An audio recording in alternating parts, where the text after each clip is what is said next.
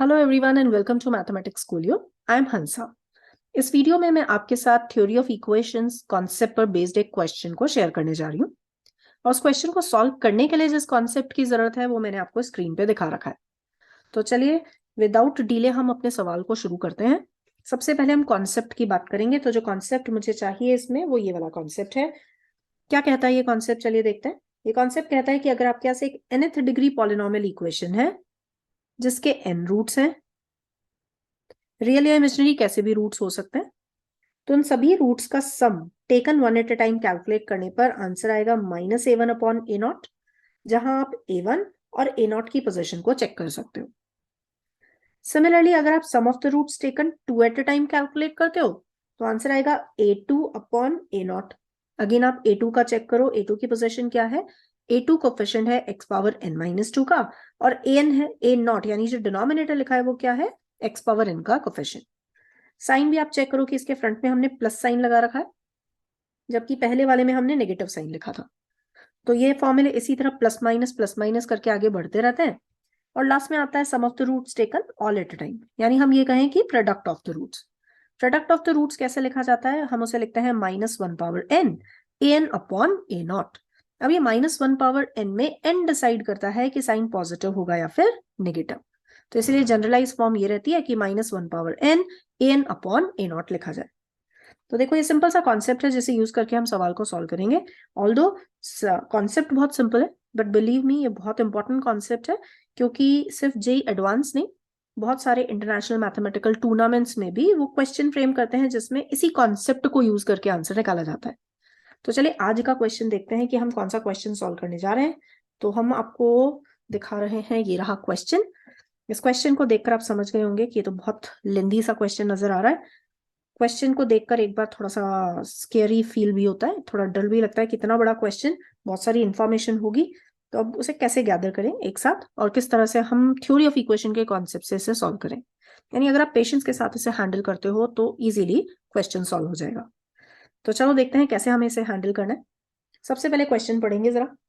Question हमारे पास ये कह रहा है कि let the roots of first equation be r1 r2 r3 up to r20 22। यानी पहली इक्वेशन जो है वो बेसिकली एक पॉलिनोमियल इक्वेशन है, डिग्री है 20 22 और साथ में लिखा है -7x⁻20 21 plus 8x² plus 4x plus 2 equals to 0। यानी अगर कोई कहे इस इक्वेशन में sum of the roots taken one at a time calculate करिए तो वो 7 आएगा। Sum of the roots taken two at a time अगर जरूरत पड़ती है तो वो -8 आएगा। उसके बाद +8 आएगा।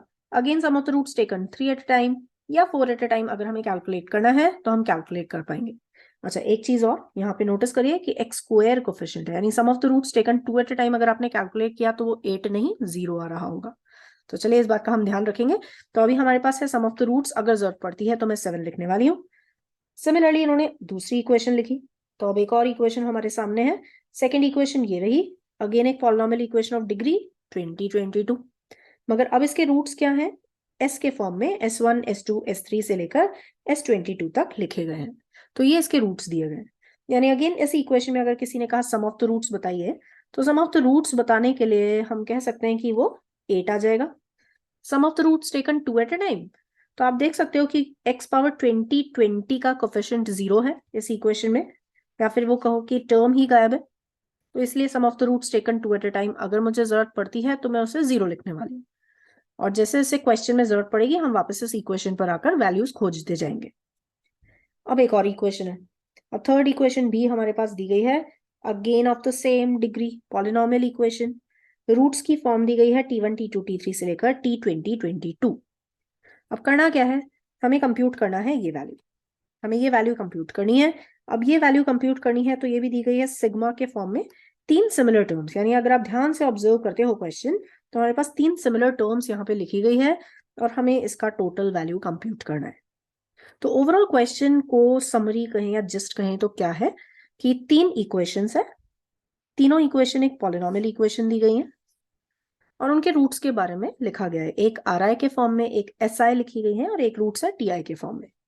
फिर अल्टीमेटली क्वेश्चन कहता है कि आपको ये जो बॉक्स के अंदर सिग्मा लिखे गए हैं इनकी वैल्यू कैलकुलेट करनी है।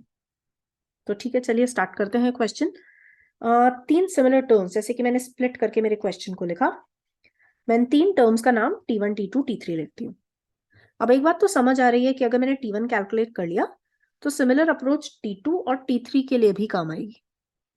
स्टार्ट करते हैं विद T1। ये T1 है क्या? T1 हमारे पास है sigma 1 less than or equals to I comma J less than or equals to 20, 22 RI SJ। यहाँ पे जो S है वो वही स्मॉल s है जो रूट्स में हमें दिया गया है। ठीक है, एक चीज जो नोटिस करने वाली है वो ये है कि I और J एक दूसरे पर डिपेंड नहीं कर रहे हैं। दोनों इंडिविजुअली 1 से लेकर 2022 तक की वैल्यूज लेते रहेंगे। यानी अगर मैं पहले I की वैल्यूज लिखना शुरू करूं तो I को लिखा 1, R1 एक कांस्टेंट हो गया और ये बन जाएगा सिग्मा SJ। J का वैल्यू इज फ्रॉम 1 से लेकर 2022। फिर मैंने I को लिखा 2, यानी सेकेंड टर्म मेरे पास बन जाएगी J की वैल्यू 1 से लेकर 2022 SJ।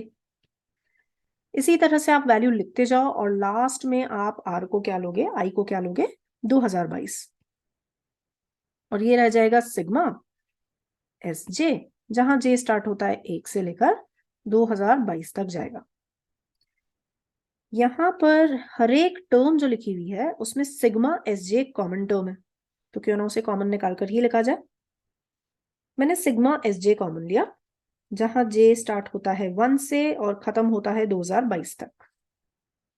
अब देखो क्या बच रहा है, अब बच रहा है R1 plus R2 plus R3 plus and so on up to R 2022। जरा ध्यान से इसे देखिए। अगर आप इसे ध्यान से देखते हैं तो ये क्या लिखा हुआ है, ये तो sum of roots of first equation है। जो फर्स्ट इक्वेशन हमें क्वेश्चन में दी गई थी उस इक्वेशन में sum of the roots calculate करने पर हम इसकी वैल्यू लिख सकते हैं। ये पहला सिग्मा भी जरा ध्यान से देखिए क्या लिखा हुआ है, ये भी तो S1 plus S2 plus S3 से लेकर S 2022 तक लिखा है, यानी ये भी sum of the values of S1 लिखा हुआ है या SJ लिखा हुआ है।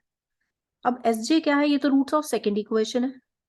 क्वेश्चन में जो सेकेंड इक्वेशन हमें दी गई है उसके रूट्स S1, S2, S3 हैं, यानी ये हमारे पास sum of the roots taken one at a time second equation के लिए दिया गया है। क्या हमें उसकी वैल्यू पता है? बिल्कुल, क्योंकि इक्वेशन से हम उसकी वैल्यू इजीली निकाल लेंगे, इसलिए हम यहाँ पर इजीली उस वैल्यू को पुट भी कर लेंगे। चलो, तो हम वैल्यूज इनकी दोनों निकाल के, यानी T1 का वैल्यू तो फाइनली मेरे पास आ जाएगा। बट अभी मैं उस वैल्यू को ना लिखकर क्या कर रही हूँ, मैं इस वैल्यू का नाम A रख रही हूँ और ये जो वैल्यू हमने कैलकुलेट की हम इसका नाम B रख रहे हैं। तो बेसिकली मेरे पास जो T1 आ रहा है वो है A इंटू B। A और B का वैल्यू हमें पता है, हम लास्ट स्टेप में इन वैल्यूज को पुट करेंगे। अब क्योंकि T1 सॉल्व हो गया तो T2 भी सिमिलरली सॉल्व होगा। T2 हमारे पास दिया हुआ है sigma SI TJ 1 less than equals to I comma J less than or equals to 2022। इसे भी हम, क्योंकि I और J एक दूसरे के इंडिपेंडेंट हैं, इसीलिए हम लिख सकते हैं कि ये होगा sigma SI sigma TJ। I और J दोनों की ही वैल्यू 1 से स्टार्ट होकर 2022 पे खत्म होगी। अगर आप दोनों पैरेंथेसिस, दोनों ब्रैकेट को ध्यान से देखोगे तो अगेन ये फिर से क्या लिखे हुए हैं, ये हमारे पास लिखे हुए हैं sum of the roots taken one at a time. इसका नाम हमने B रखा था T1 लिखते हुए, तो हम इस नई टर्म जो सेकंड टर्म हमारे पास आ रही है इसका नाम C रखकर आगे बढ़ेंगे। तो सेकंड टर्म हमारे पास आ गई BC। अब इसी तरह जब आप T3 टर्म को सॉल्व करोगे तो वो कन्वर्ट होगा सिग्मा TI सिग्मा RJ में। I का वैल्यू 1 से लेकर 2022 और J होगा 1 से लेकर 2022। इंडिविजुअल ब्रैकेट्स का वैल्यू फिर से हम कह सकते हैं कि इसका नाम तो हमने C रखा है और इसका नाम हमने A रखा है, यानी जो हमारा सवाल है वो कन्वर्ट किस में हो गया, जो वैल्यू हमें कैलकुलेट करनी है वो है T1 plus T2 plus T3, यानी जो कैलकुलेट करना है वो है AB plus BC plus CA। क्या हमारे पास A, B और C की इंडिविजुअल वैल्यूज है? बिल्कुल है। A का वैल्यू यानी sum of the roots of first equation, जो फर्स्ट इक्वेशन को देखने के बाद इजीली लिखा जा सकता है कि 7 आएगा। सिमिलरली जब आप B के लिए कैलकुलेट करेंगे तो आप वापस जाके इक्वेशन देखिए, हमारे पास B की वैल्यू क्या आएगी, 8 आएगी, और सिमिलरली C की वैल्यू हमारे पास क्या आएगी, 9 आएगी। तो जब 7, 8, 9 ABC का वैल्यू पता है तो चलिए यहां पर रखेंगे, ये बनेगा 7 into 8 plus 8 into 9 plus 9 into 7। पूरी कैलकुलेशन कंप्लीट करिए तो फाइनली आपके पास आंसर आ जाता है 191। तो जो सवाल हमने सॉल्व किया उसका आंसर है 191। सो चलिए आज के लिए इतना ही। Thanks for watching. Please like the video and subscribe to our channel. Bye bye for now.